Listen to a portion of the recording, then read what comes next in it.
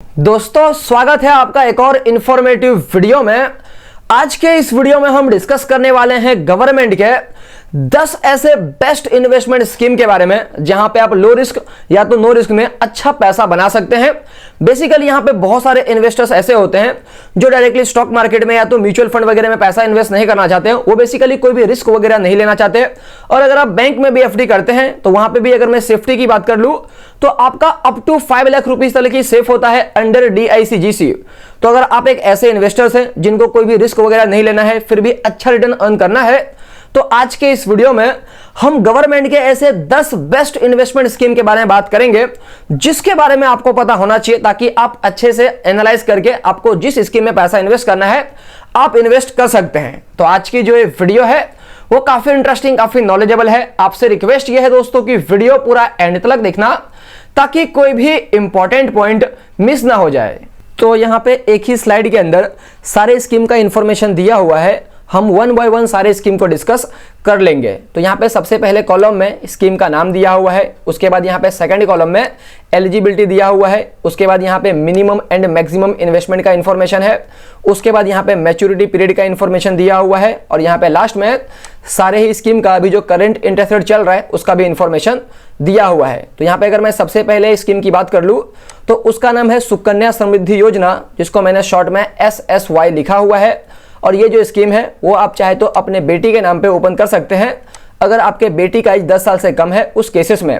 और यहाँ पे आपको साल का मिनिमम 250 रुपये का इन्वेस्टमेंट करना पड़ेगा और यहाँ पे आप साल का मैक्सिमम 1.5 लाख रुपए तक का इन्वेस्टमेंट कर सकते हैं। और ये इसका अगर मैं इस स्कीम के मैच्योरिटी पीरियड की बात कर लूँ तो यहाँ पे आपने जिस डेट के ऊपर इस स्कीम को ओपन किया हुआ है उस डेट से लेके 21 साल तक आपको इस स्कीम को कंटिन्यू करना होगा। बेसिकली इस स्कीम के अंदर आपको 15 साल तक पैसा इन्वेस्ट करना होता है, उसके बाद आपको कोई भी पैसा इन्वेस्ट नहीं करना होता है। उसके बाद 21 साल तक आपको इस स्कीम को कंटिन्यू करना होगा। उसके बाद आपका ये जो स्कीम है वो मैच्योर हो जाएगा। या तो अगर आपके बेटी का एज 18 साल पूरा हो चुका है और यहाँ पे अगर आप उनका शादी करवाना चाहते हैं तो उनके मैरिज पर्पस के लिए भी आप इस स्कीम से पूरे पैसे विड्रॉ कर सकते हैं। तो यहाँ पे अगर मैं इस स्कीम के मैच्योरिटी पीरियड की बात कर लूँ तो स्कीम ओपन करने के 21 साल के बाद में या तो आपके बेटी के 18 साल के बाद में अगर आप उनका मैरिज करना चाहते हैं उस केसेस में। तो यहाँ पे अगर मैं इस स्कीम के करंट इंटरेस्ट रेट की बात कर लूँ तो इसका जो भी करंट इंटरेस्ट रेट चल रहा है वो 7.6% पर एनएम का चल रहा है। और ये जो इंटरेस्ट रेट है उसको गवर्नमेंट हर 3-3 महीने में चेंज करती रहती है।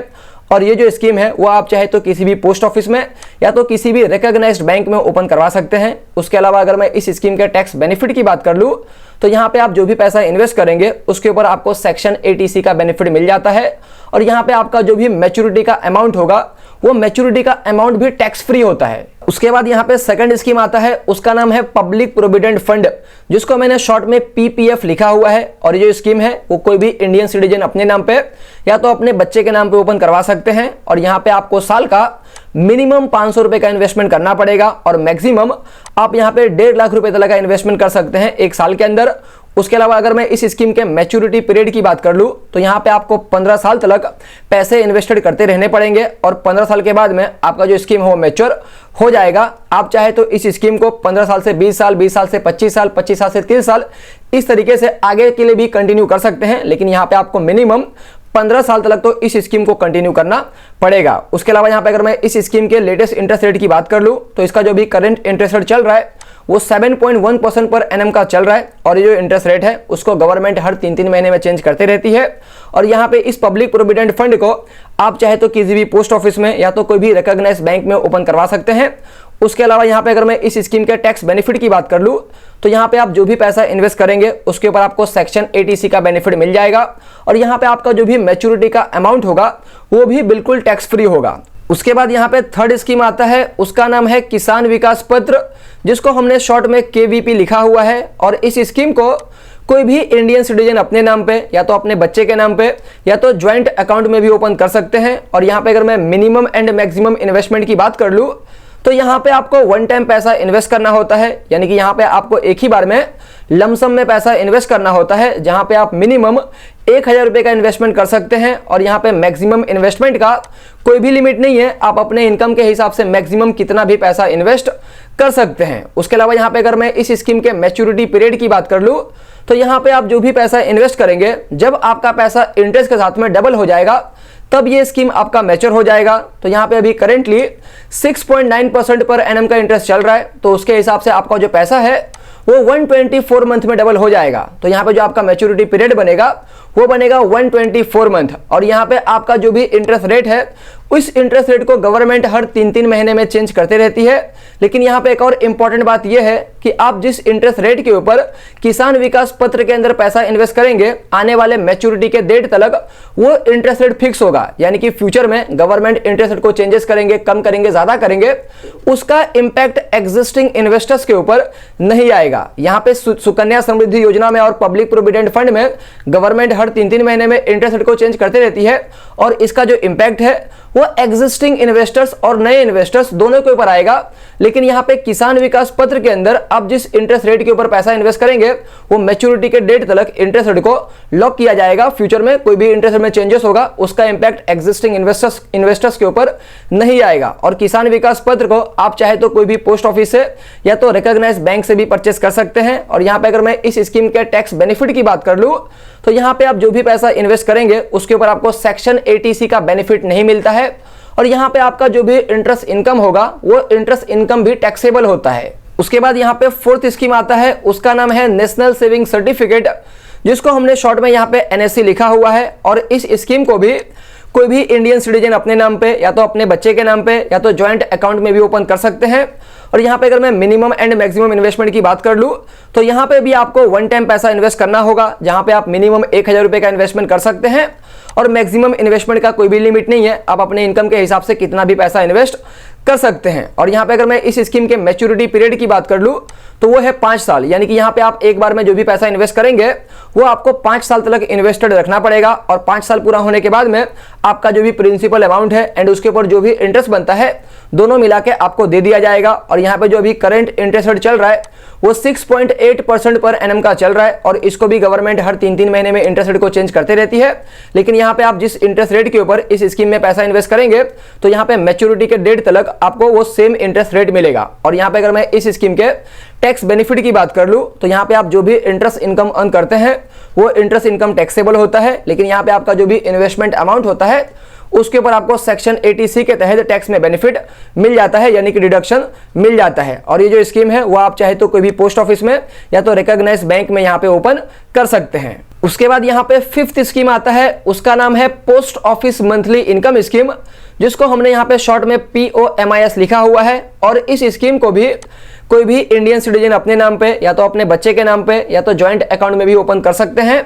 और यहाँ पे अगर मैं मिनिमम एंड मैक्सिमम इन्वेस्टमेंट की बात कर लूँ तो यहाँ पे भी आपको लमसम में एक साथ में पैसे इन्वेस्ट करने होंगे, जहाँ पे आप मिनिमम 1000 रुपये का मिनिमम इन्वेस्टमेंट कर सकते हैं। और यहाँ पे अगर मैं मैक्सिमम इन्वेस्टमेंट की बात कर लूँ तो यहाँ पे अगर आपका सिंगल अकाउंट है तब यहाँ पे आप चाहे तो 4.5 लाख रुपए तक इन्वेस्ट कर सकते हैं।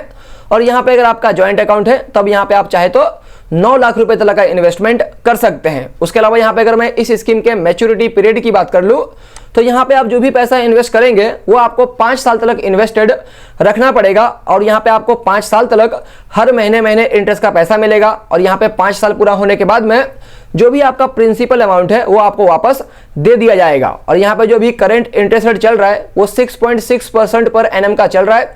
और यहाँ पे मैंने एम लिखा है, इसका मतलब ये जो 6.6% साल का इंटरेस्ट रेट है वो आपको मंथली बेसिस पे दिया जाएगा। और यहाँ पे ये जो स्कीम है वो आप चाहे तो पोस्ट ऑफिस में ओपन कर सकते हैं, यानी कि किसी भी पोस्ट ऑफिस में आप ये स्कीम को ओपन कर सकते हैं। और यहाँ पे अगर मैं टैक्स बेनिफिट की बात कर लूँ तो यहाँ पे आप जो भी इंटरेस्ट इनकम अर्न करेंगे वो इंटरेस्ट इनकम आपके इनकम टैक्स स्लैब के हिसाब से टैक्सेबल होगा। और यहाँ पे आपको सेक्शन 80C का कोई भी बेनिफिट नहीं मिलता है। उसके बाद यहाँ पे 6th इन्वेस्टमेंट आता है, उसका नाम है सीनियर सिटीजन सेविंग स्कीम, जिसको मैंने शॉर्ट में SCSS लिखा हुआ है। और इस स्कीम को कोई भी इंडियन सिटीजन जिनका एज 60 साल से ज़्यादा है या तो कोई भी इंडियन सिटीजन जो सुपर एनिवेशंस के थ्रू या तो VRS के थ्रू रिटायर्ड होते हैं और यहाँ पे अगर उनका एज 55 साल से भी ज़्यादा है तो भी इस स्कीम के अंदर पैसा इन्वेस्ट कर सकते हैं, जहाँ पे आपको लमसम में एक साथ में पैसा इन्वेस्ट करना होगा।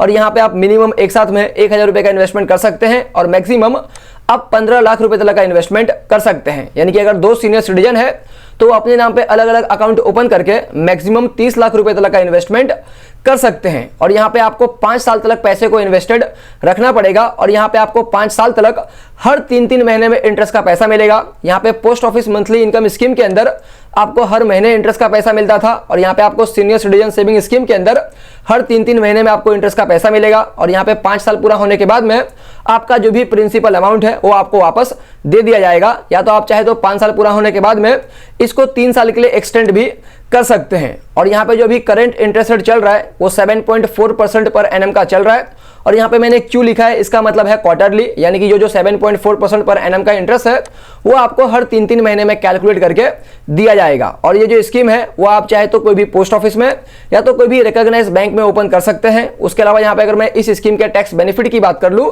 तो यहाँ पे आप जो भी इंटरेस्ट इनकम अर्न करेंगे वो इंटरेस्ट इनकम टैक्सेबल होगा आपके इनकम टैक्स स्लैब के हिसाब से, और यहाँ पे आपका जो भी इन्वेस्टमेंट होगा उसके ऊपर यहाँ पे आपको सेक्शन 80C के तहत डिडक्शन भी मिल जाता है। उसके बाद यहाँ पे 7th इन्वेस्टमेंट स्कीम है, उसका नाम है प्रधानमंत्री वय वंदना योजना, जिसको मैंने शॉर्ट में PMVVY लिखा हुआ है। और इस इन्वेस्टमेंट स्कीम को कोई भी इंडियन सिटीजन जिनका इस 60 साल से ऊपर है तो वो लोग इस स्कीम के अंदर पैसा इन्वेस्ट कर सकते हैं।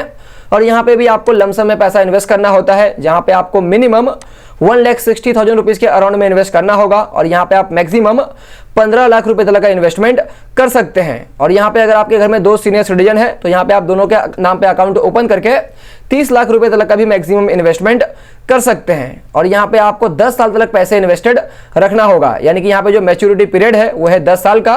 और यहाँ पे जो इंटरेस्ट का आपको पैसा मिलेगा वो चाहे तो आप मंथली भी ले सकते हैं, या तो क्वार्टरली, या तो आप चाहे तो ईयरली भी ले सकते हैं। और यहाँ पे 10 साल पूरा होने के बाद में आपका जो प्रिंसिपल अमाउंट है वो आपको वापस दे दिया जाएगा। और यहाँ पे जो भी करंट इंटरेस्ट रेट चल रहा है वो 7.4% पर एनम का चल रहा है, और मैंने आपको बताया कि ये जो इंटरेस्ट है वो ईयरली है, लेकिन इस इंटरेस्ट का पैसा जो है वो आप चाहे तो मंथली या तो क्वार्टरली या तो ईयरली भी ले सकते हैं। उसके अलावा यहाँ पे आप ये स्कीम को किस तरीके से ओपन कर सकते हैं, तो यहाँ पे आप इस स्कीम को LIC के थ्रू ओपन कर सकते हैं, या तो ऑनलाइन LIC के वेबसाइट पे जाके या तो LIC के ब्रांचेस में भी जाके आप इस स्कीम को ओपन कर सकते हैं, क्योंकि एक LIC का स्कीम है।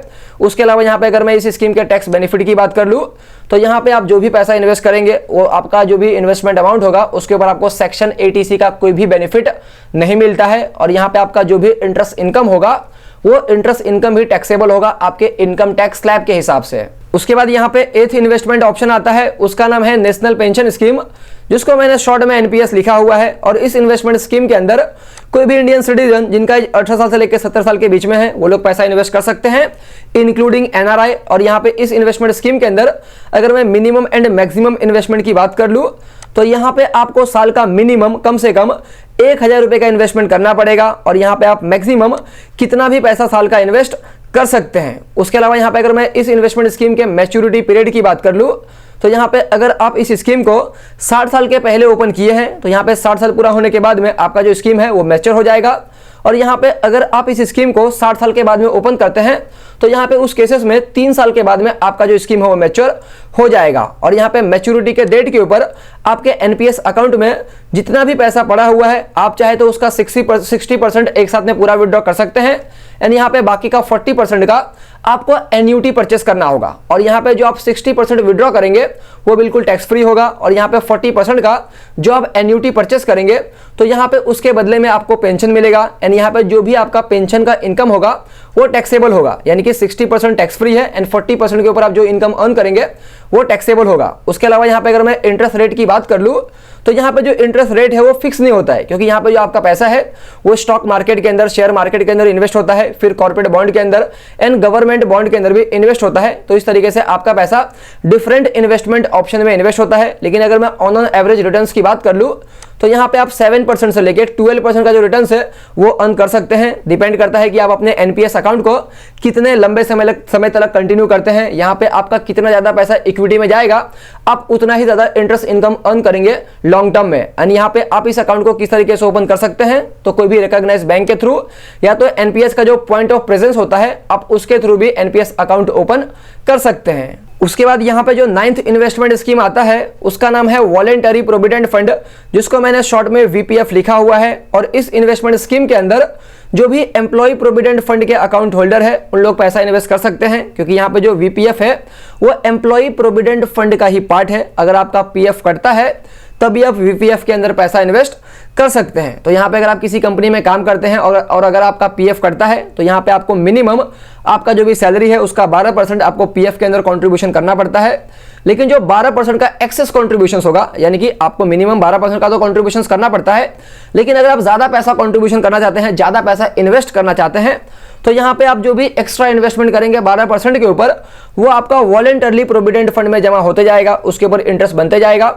और यहाँ पे आपको क्यों वॉलंटरली प्रोविडेंट फंड में पैसा इन्वेस्ट करना चाहिए? क्योंकि यहाँ पे आपको ज्यादा इंटरेस्ट मिलता है as compare to other investment options. यहाँ पे जो भी करंटली इंटरेस्ट रेट चल रहा है वो 8.1% पर एनएम का चल रहा है। यहाँ पे ईपीएफ एम वीपीएफ का दोनों का ही इंटरेस्ट रेट सेम होता है, यानी यहाँ पे गवर्नमेंट हर साल इंटरेस्ट रेट को चेंज करते रहती है। पहले इसका जो इंटरेस्ट रेट था वो था 8.5%, फिर इस इंटरेस्ट रेट को कम करके कर दिया गया है 8.1%। तो यहाँ पे आपका जो नॉर्मल कॉन्ट्रीब्यूशन है पीएफ के अंदर वो तो आपको करना ही चाहिए। उसके अलावा यहाँ पे आपको एक्सेस कॉन्ट्रीब्यूशंस भी करना चाहिए वॉलंटरली प्रोविडेंट फंड के अंदर।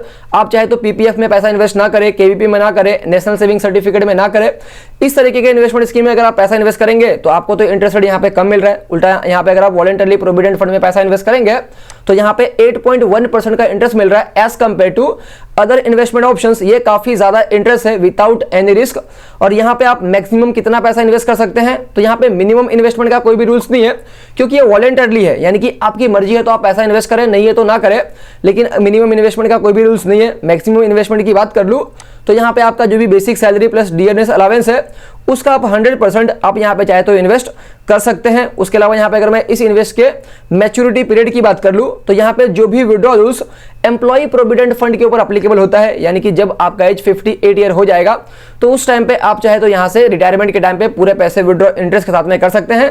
लेकिन उसके पहले आप चाहे तो 5 साल के बाद भी पैसा विड्रॉ करेंगे तो भी आप यहाँ से पैसे विड्रॉ कर सकते हैं, टैक्स फ्री। बिल्कुल भी आपका जो भी अमाउंट होगा वो टैक्स फ्री होगा। लेकिन अगर आप 5 साल के पहले पैसा विड्रॉ करेंगे तो उस केसेस में आपका जो भी इंटरेस्ट इनकम होगा वो इंटरेस्ट इनकम टैक्सेबल होगा। तो या तो आप चाहे तो 5 साल के बाद में विड्रॉ करें या तो रिटायरमेंट के टाइम पे आप विड्रॉ कर सकते हैं। उसके बाद यहाँ पे लास्ट में 10th नंबर पे आता है अटल पेंशन योजना, जिसको मैंने शॉर्ट में एपीवाई लिखा हुआ है। और इस इन्वेस्टमेंट स्कीम के अंदर भी कोई भी इंडियन सिटीजन जिनका एज 18 साल से लेकर 40 साल के बीच में है वो लोग पैसा इन्वेस्ट कर सकते हैं, इंक्लूडिंग एनआरआई। और यहाँ पे अगर मैं मिनिमम एंड मैक्सिमम इन्वेस्टमेंट की बात कर लूँ तो ये डिपेंड करता है कि आपको कितना पेंशन चाहिए। तो यहाँ पे जो आपको पेंशन है वो 1000 से लेके 5000 के बीच में मिल सकता है। तो इसके हिसाब से आपको मंथली मिनिमम कुछ ना कुछ पैसा इन्वेस्ट करना होगा, जो यहाँ पे मैं आपको टेबल के ऊपर दिखा रहा हूँ कि आप देख सकते हैं कि आपको कितने का पेंशन चाहिए। तो यहाँ पे आपको मंथली आपके एज के हिसाब से कितना पैसा कंट्रीब्यूशन देना होगा और यहाँ पे आपको पेंशन मिलना कब से स्टार्ट होगा। तो यहाँ पे आपका एज जब 60 साल पूरा हो जाएगा तो उसके बाद से यहाँ पे आपको पेंशन मिलना स्टार्ट हो जाएगा, यानी कि यहाँ पे आपको 60 साल तक जो भी आपको पेंशन चाहिए उसके हिसाब से आपको मंथली कंट्रीब्यूशन यहाँ पे देना पड़ेगा। उसके अलावा यहाँ पे अगर आप ये सारे टॉपिक्स को और भी डिटेल में समझना चाहते हैं तो मैंने सारे ही टॉपिक्स के ऊपर अलग से भी डिटेल वीडियो बनाया हुआ है। तो सारे जो वीडियो का लिंक है वो आपको इस वीडियो के नीचे डिस्क्रिप्शन में मिल जाएगा। तो आपको जिस टॉपिक के बारे में समझना है उस लिंक पे क्लिक करके उस टॉपिक के बारे में डिटेल में आप समझ सकते हैं। तो दोस्तों यही थी पूरी की पूरी वीडियो। उम्मीद करता हूं आपको इस वीडियो से कुछ ना कुछ वैल्यूएबल इंफॉर्मेशन जरूर मिला होगा। तो अगर आपको इस वीडियो से वैल्यू मिला है तो वीडियो को जरूर लाइक करना, चैनल को सब्सक्राइब करना और इस वीडियो को अपने फैमिली फ्रेंड रिलेटिव में जरूर शेयर करना जिनको इस वीडियो की जरूरत है उनके साथ में। और यहाँ पे अगर आपका कोई डाउट है या तो आप मुझे कोई टॉपिक सजेस्ट करना चाहते हैं तो भी नीचे कमेंट करके जरूर बताना। जय हिंद दोस्तों।